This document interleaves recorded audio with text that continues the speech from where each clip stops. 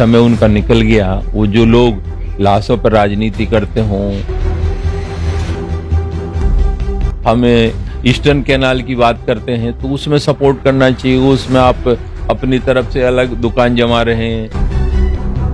राष्ट्रपति जी आई, उनको घुसने तक नहीं देगा, उनको कोई पूछ नहीं रहा है। कुछ दिन पहले उन्होंने एक कहा कि भाई मुझे धमकी मिली है। अरे धमकी, जो बदमाश आदमी है, जिसके ऊपर अपराधी है, केस लगी हुए हैं, उसको कौन मारेगा। जहां समीक्षा हुई तो समीक्षा में बात जब निकल के आई, जांच रिपोर्टें उन्होंने पेश की, तब इस बात का खुलासा हुआ कि यहाँ अनियमितताएं ज्यादा हैं। लेकिन कुछ लोग हैं वो राजनीति में आते हैं और तुरंत ही सरपंच बनने के बाद उनको दिल्ली नजदीक लगती है तो वो पैदल चल के यात्रा करते हैं।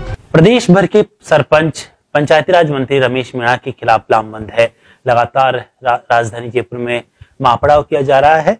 साथ साथ हमारे साथ अब मंत्री रमेश मीणा मौजूद है। मंत्री जी, कई तरह के आरोप आपके ऊपर भी लगाए गए हैं। साथ साथ जिस तरह से जिस मुद्दे को लेकर प्रदेश भर के सरपंच आंदोलन कर रहे हैं, आपका क्या कहना है इसको? सरपंच केवल नागौर के हैं इसमें, और उसके साथ साथ गिने चुने कुछ लोग हैं। बाकी तो मैक्सिमम जो जिलों के सरपंच हैं, संघ जो भी हैं, वो हमारा समर्थन में है। और आज स्थिति आप देख लो, कहाँ बैठे हैं, कहाँ पर सरपंच हैं। वो एक दिन का पड़ाव था तो उसमें बिखराव हो गया, क्योंकि हमने किसी को नहीं कहा भाई कोई हमारे समर्थन में जाए, लेकिन जो बात सत्य होती है, सच को आँच नहीं है। तो लोगों ने देखा कि भाई मुद्दा क्या है, तो उनकी सरपंच संघ की कुछ मांग हो सकती है। राज्य सरकार से वार्ता होती है, हमारे अधिकारियों से बात होती है, और हमसे भी पहले भी चर्चा हुई है। तो कुछ मांगों को हमने पहले काम किया है। उनका जनता दल योजना थी, उन्होंने कहा भाई ये यहाँ बाहर जाता है तो उसको पीएचडी में ट्रांसफर करो, तो पीएचडी में ट्रांसफर किया। कोविड सहायक थे, उनका भी कहा भाई हमारे पैसे से इनकी तनख्वाह देनी पड़ती है, तो उसको भी हमने अलग किया। और इनके बहुत सारे ऐसे वर्ग थे जो अटके हुए थे, इनका मानदेय भी हमने बढ़ाया। और भी जो मांग है अगर जिनायन है तो अब भी हम अधिकारियों के द्वारा बात चर्चा कर लेंगे, हम चर्चा कर लेंगे, उन समस्याओं का समाधान करेंगे। लेकिन कुछ लोग हैं वो राजनीति में आते हैं और तुरंत ही सरपंच बनने के बाद उनको दिल्ली नजदीक लगती है तो वो पैदल चल के यात्रा करते हैं और अनियमितताएं करते हैं, और उसके बाद उनका ख्वाब कुछ और है। तो हमने एक ही बात कही थी कि सरपंचों के बारे में हमने एक शब्द भी आज तक नहीं बोला है, क्योंकि सरपंच हम जानते हैं, क्योंकि हम गांव से आते हैं, तो हमें पता है सरपंच का इलेक्शन कैसे होता है, सरपंच कैसे बनता है। तो बड़े संघर्ष के बाद वो सरपंच बनता है। और हमारा भी सपना, हमारे माननीय मुख्यमंत्री जी का सपना है कि जो महात्मा गांधी जी चाहते थे कि स्वराज स्थापित कैसे हो, तो हमारा जो एक कड़ी है सरपंच गांव के विकास की, उसके माध्यम से हम विकास करा सकते हैं। गांव में मूलभूत सुविधाओं का अभाव है, तो सरपंच एक ऐसी व्यवस्था है हमारे सिस्टम में जिसके माध्यम से संपूर्ण गांव का विकास हो सकता है। तो हमारे लिए तो एक महत्वपूर्ण कड़ी है इस सरकार में, गांवों की सरकार, और जो बैठे हैं हम यहाँ सरकार में, तो मिलकर के काम करेंगे तो बेहतर ग्रामीणों की एक अच्छी व्यवस्था होगी। लेकिन कुछ लोग हैं, ज्यादा नहीं है, तुच्छ कुछ लोग हैं जिन्होंने कहा कि भाई मंत्री जी ने हमारे बारे में कहा कि भाई इतने करोड़ का घोटाला हुआ है। तो मैंने जो कहा सरपंचों के बारे में, हमने अधिकारियों को टाइट किया कि भाई ये अनियमितताएं कैसे हुई। तो हमने एक ही बात रखी है अभी कि सरपंचों को लगता है कि हमने गलत बोला है तो इसकी जांच करा लें। डरने की आपको जरूरत नहीं है। यदि धरातल पे काम है तो आप बौखलाएं नहीं, और शांति से हम जो भी जिस एजेंसी से आप जांच कराना चाहते हैं, आपका थर्ड इंस्पेक्शन पार्टी से करा, किसी विभाग से करवा लें, हमारे पंचायत राज से करवा लें, किसी से भी जांच करा लें। यदि मेरी बात में सत्यता नहीं निकलती है तो मैंने कह दिया आपको मांगने की, मतलब जो मांग कर रहे हैं कि भाई मंत्री पद से रमेश मीणा को हटाया जाए, तो मैं खुद इस्तीफा दे दूंगा। मुझे कोई इसमें हिचक नहीं होगी, क्योंकि मैंने जो कहा है और मैंने देखा है मौके पर।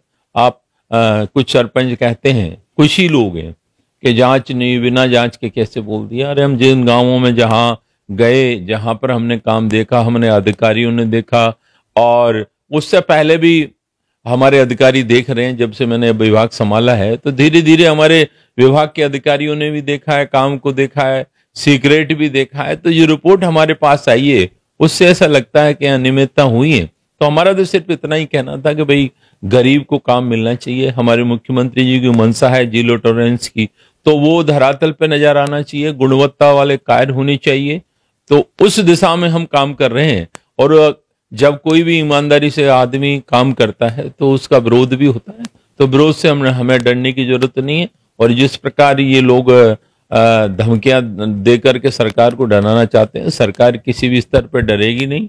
हम कहते हैं कि भाई आप सुधार कर लो, और जो विकास के जो आपको पैसा मिल रहा है उसका सदुपयोग हो। जनता वहाँ की कहे कि नहीं ग्राम पंचायतों में अच्छे काम हो रहे हैं, वहाँ की जनता ने हमें शिकायत की, जब भी तो हमने देखा। आज भी हमारे पास जिन जिलों की और अन्य जिलों के भी फीडबैक आ रहे हैं, तो जनता का समर्थन हमें प्राप्त है। और लोगों ने पहली बार इस बात को सराहा है कि कोई मंत्री आया है जिसने देखा है कामों को, और चाहते हैं कि गरीब आदमी को, प्रथम वरीयता के लोग हैं नरेगा में, उनको काम अभी तक पूरा नहीं मिल पाया है, तो वो मिलना चाहिए। गरीब आदमी पात्र है, उस योजना का लाभ उसको नहीं मिले, सरकार ऊपर से वहां से पैसा भेज रही है और यहाँ पर नहीं पहुंचे धरातल पे, और क्वालिटी वाइज काम नहीं हो, तो हमारा क्या काम है? हम भी मंत्री, हमें पद की जो जिम्मेदारी मिली है, माननीय मुख्यमंत्री जी ने कहा है कि भाई गांवों में विकास होना चाहिए, गांवों की सरकार है, तो लोगों को मूलभूत जहां सुविधाओं का अभाव है वहां हम किस योजना से लाभ दे सकते हैं, और वो गरीब व्यक्ति जो झोंपड़ी में बैठा है अंतिम छोर पर, वहां तक हमारे विभाग की योजना उसके घर तक जाए, ये हमारी मंशा है।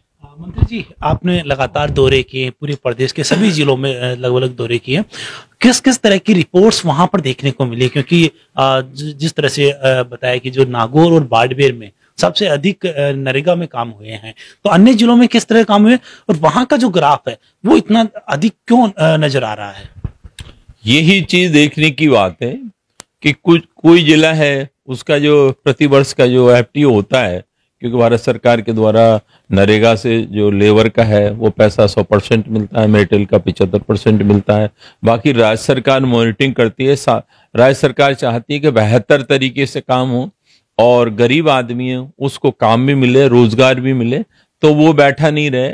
तो ये हमारी इस इंस्पेक्शन में जो हमें मिले, वहां पर जो कहीं कमी मिली, तो काफी जिलों में मैंने 15 से 20 जिलों के दौरे किए हैं जहां पर जो कमी मिली, और जो जनता से हम फीडबैक मिला कि हमें नई चीज क्या करनी चाहिए। सरपंचों ने अच्छे काम भी किए हैं, उनके सुझाव भी आए, नवाचार उन्होंने किए हैं, तो उनको हमने अपनाया है, और आगे अन्य जिलों में हम काम करेंगे। कुछ सरपंचों ने कोई अच्छा मॉडल तालाब बनाया, पानी को रोका है, वृक्षारोपण किया, या आपका स्टेडियम बनाया, तो बहुत सारी चीजें कुछ ऐसी हैं जो अच्छे काम किए हैं।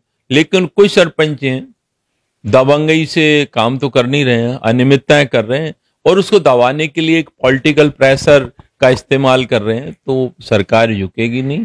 और दबंगई जो लोग हैं उनकी जांच होगी तो उनकी पोल खुल जाएगी, इस वजह से वो आंदोलन कर रहे हैं। तो आंदोलन करते रहे, लोकतंत्र में सबको अधिकार है, जो सत्यता है वो धरातल पे दिख जाएगी उनको। तो मैं तो ये कहना चाहता हूँ जो सरपंच अच्छे काम कर रहे हैं उसका हम सम्मान करते हैं, और जो लोग अनियमितताएं कर रहे हैं या उनको कहीं गलतफहमी है तो अपनी गलतफहमी नहीं पालें, धरातल पे काम करना होगा, तभी उनकी पार पड़ेगी, अदरवाइज तो उनके खिलाफ सख्त कार्रवाई होगी। मंत्री जी, जिस तरह से आपने कहा कि बिल्कुल अधिक काम हुए हैं कई जो पंचायतों में, और बात करें तो जो विकास की जो आखिरी कड़ी पंचायत से जुड़ी हुई होती है, लेकिन एक सरकार का नुमाइंदा भी वहां रहता है, चाहे सचिव की बात करें या फिर ऊपर के स्तर पर जो ब्लॉक विकास अधिकारी की बात करें या फिर अन्य जो ऊपर कड़ी होती है, तो क्या वहां उस स्तर से जांच हुई है अब तक, या फिर जो केवल पंचायत स्तर पर ही जांच हो पाई है, जो भी शिकायतें जहां जहां मिली है उसको लेकर? शिकायतें तो निरंतर होती रहती हैं, कलेक्टर के माध्यम से जांच होती है, सीओ के माध्यम से जांच होती है। जब हमने दौरे किए तो हमारी राज्य स्टेट से जो कमेटियां गईं और उन्होंने एक रैंडम रूप में पंचायत समिति में, विभिन्न पंचायत समिति में जाकर काम को देखा, और जो जनता का फीडबैक था उसके आधार पर कामों को देखा, तो वहां पर हमें लगा कि अनियमितताएं हो रही हैं और बिना काम किए हुए पैसे को उठाया जा रहा है। तो जब हमारी समीक्षा बैठक हुई, कलेक्टर भी रहता है उसमें, हमारे अधिकारी भी रहते हैं और प्रधान भी उसमें मीटिंग में रहते हैं, सरपंचों के अलावा वहां पर जिला प्रमुख, प्रधान और उप प्रधान और उप जिला प्रमुख, इन सबको आमंत्रित किया जाता है, विधायकों को भी आमंत्रित किया जाता है। जहां समीक्षा हुई तो समीक्षा में बात जब निकल के आई, जांच रिपोर्टें उन्होंने पेश की, तब इस बात का खुलासा हुआ कि यहाँ अनियमितताएं ज़्यादा हैं, तो उन पे हमने देखा कि भाई इस तरह के काम जो उपयोग के नहीं है उन पे पैसे खर्च किया जा रहा है, तो उन पे हम अंकुश लगाने का प्रयास कर रहे हैं। और अधिकारी जिन्होंने गलती की है, अधिकारी जिम्मेदार हैं कि जो काम के किसी यूज के उपयोग के नहीं है उन काम को क्यों कराया गया, और धरातल पे जो काम नहीं है तो वहाँ लेबर लगी या नहीं लगी, ये अधिकारी भी उसमें जिम्मेदार हैं। तो कुछ अधिकारी ऐसे भी हैं कि अपने बचाव में जनप्रतिनिधियों को आगे करके वोट की राजनीति करके इस केस को दबाना चाहते हैं, लेकिन ये केस अब इतना ऊपर हो गया है कि भारत सरकार की भी नजर है कि राजस्थान में क्या हो रहा है, तो लेकिन उनको जरूरत नहीं है। उनके दिशा निर्देश में हम राज्य सरकार एक बेहतर काम कर रही है। हमारे मुख्यमंत्री जी हैं जो बिल्कुल उनका स्पष्ट निर्देश है कि गरीब तक विकास पहुंचना चाहिए, यदि उसमें कहीं बाधा आती है तो उसके खिलाफ हम सख्त कार्रवाई करेंगे। तो एक उनके नेतृत्व में, उनके सानिध्य में हमारा विभाग जब से मुझे जिम्मेदारी मिली है अच्छा काम किया है, चाहे राजीविका हो, चाहे पंचायत राज हो, चाहे आपका स्वच्छ भारत मिशन हो, वाटर शेड हो, सभी में हम जो चाहते हैं कि एक नया नवाचार करें, नया काम करें। बजट में जो घोषणाएं माननीय मुख्यमंत्री जी ने की हैं, मैनिफेस्टो में जो हमने कहा है, वो धरातल पे कैसे नजर आए, तो उसकी हमारी तैयारी चल रही है। कुछ काम धरातल पे होने लगे, मुख्यमंत्री जी ने कुछ घोषणाएं की हैं वो पूरी भी हो गई हैं और कुछ अभी चल रही हैं, और इस बार जो किए वो भी हम उनको धरातल पर लाने का पूरा प्रयास कर रहे हैं। जिस तरह के भ्रष्टाचार देखने को मिले हैं, क्या किसी के खिलाफ, चाहे जनप्रतिनिधि हो चाहे जो सरकारी अधिकारी हो, क्या किसी के खिलाफ कार्रवाई हुई है ऐसी, या फिर किसी को नोटिस वगैरह दिया गया है, ऐसा कुछ हुआ है? हमने कार्रवाई वहां पर मूडवा पंचायत समिति के बीडी और एईएन जेटी हैं, जो भी उसमें अभियंता इंजीनियरिंग साइड के थे, उनके खिलाफ हमने कार्रवाई की है। और वहाँ बाड़मेर में भी जल ग्रहण के एक अधिकारी थे, उनके खिलाफ जहां भी जाते हैं, हमने भीलवाड़ा में भी कार्रवाई की है, चित्तौड़ में भी की है, आपके उदयपुर में भी की है। जहां जहां हमें कहीं लगा कि भाई यहाँ ये आदमी ठीक काम नहीं कर रहा है, वहां कार्रवाई की है। और आगे भी क्या हमारे पास जो हम देख रहे हैं कि धीरे धीरे काफी सुधार हुआ है और लोगों को भी फायदा हुआ है। जिन लोगों को काम नहीं मिल रहा था उनको काम मिल रहा है। आज प्रथम वरीयता के जो लोग हैं, पहले उनको काम नहीं दिया जा रहा था, आज काम मिल रहा है। तो उनका रेस्पॉन्स आज पूरे राजस्थान में सरपंच संघ के भी लोगों ने हमें कहा कि हम आपके समर्थन में हैं। जनता भी कह रही है कि भाई आप घबराए नहीं, में घबराने की कोई जरूरत नहीं है, हम ईमानदारी से काम करते हैं और राज्य सरकार एक अच्छा काम कर रही है मुख्यमंत्री जी के सानिध्य में, तो कोई घबराने की जरूरत नहीं है। आंदोलन है, लोकतंत्र है, सबको अधिकार है, सांच को आंच नहीं है। ईमानदारी से जो काम होगा धरातल पर नजर आ जाएगा। तो इसमें कहीं कोई जो सोच रहे हैं गलतफहमी है किसी को कि भाई हम इस आंदोलन के द्वारा सरकार को झुका देंगे, तो सरकार नहीं झुकेगी। भ्रष्टाचारियों के खिलाफ सख्त कार्रवाई होकर रहेगी।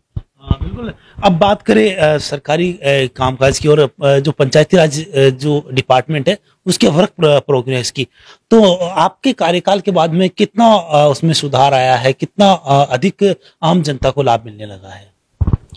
जब से विभाग में माननीय मुख्यमंत्री जी ने मुझे जिम्मेदारी दी है, जब से जो धरातल पे जो कामों की अनदेखी हो रही थी या देख नहीं पाते थे या कि पात्र व्यक्ति को काम नहीं मिल रहा था, तो सभी में एक अच्छी प्रोग्रेस हुई है।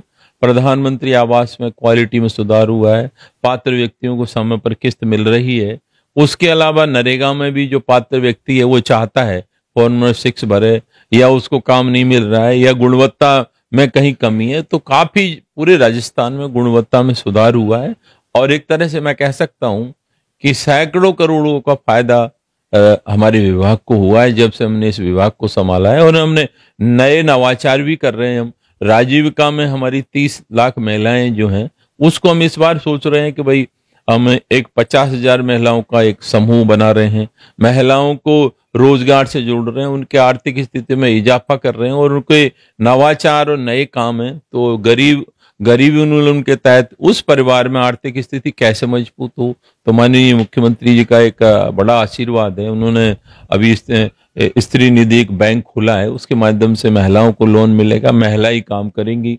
और दूध की डेयरी है, आपके डेयरी बूथ हैं और विभिन्न क्षेत्रों में हमने गरीब लोगों के लिए, मतलब अपना खेत अपना काम, जिनके माध्यम से गरीब को हम कैसे मदद कर सकते हैं, उसकी आर्थिक स्थिति में कैसे इजाफा हो सकता है, और गांव में अच्छी सड़क हो, अच्छी नालियां हों, और जहां पर सॉलिड वेस्ट लिक्विड वेस्ट है उसका एक सही निस्तारण हो, डंपिंग कहाँ पर हो, ग्राम सभाएं हो, वाटर शेड के माध्यम से जो काम थे वो हो रहे थे, उनमें नया नवाचार करें कि भाई पानी को कैसे रोका जाए, पानी का संरक्षण कैसे किया जाए, पानी के वहाँ की धरती को रिचार्ज कैसे किया जाए। ये विभिन्न प्रकार के हमने वर्कों को जब से देखा है तो हमारे पूरे विभाग को हमने इस तरह बिल्कुल दुरुस्त किया है, जो हमारे विभाग के अधिकारी भी जिले में पूरी नजर रखते हैं कि हम पैसा जो दे रहे हैं उसका सदुपयोग हो रहा है नहीं हो रहा, कहीं कोई कमी है या कहीं प्रॉब्लम है तो उसको हम सॉर्ट आउट तुरंत करते हैं। और हमने एक पंचायत राज का एक ट्विटर हैंडल खोल रखा है, तो आम आदमी की शिकायतें मेरे विभाग की दूसरे विभाग की आते हैं, उसको हम ट्रांसफर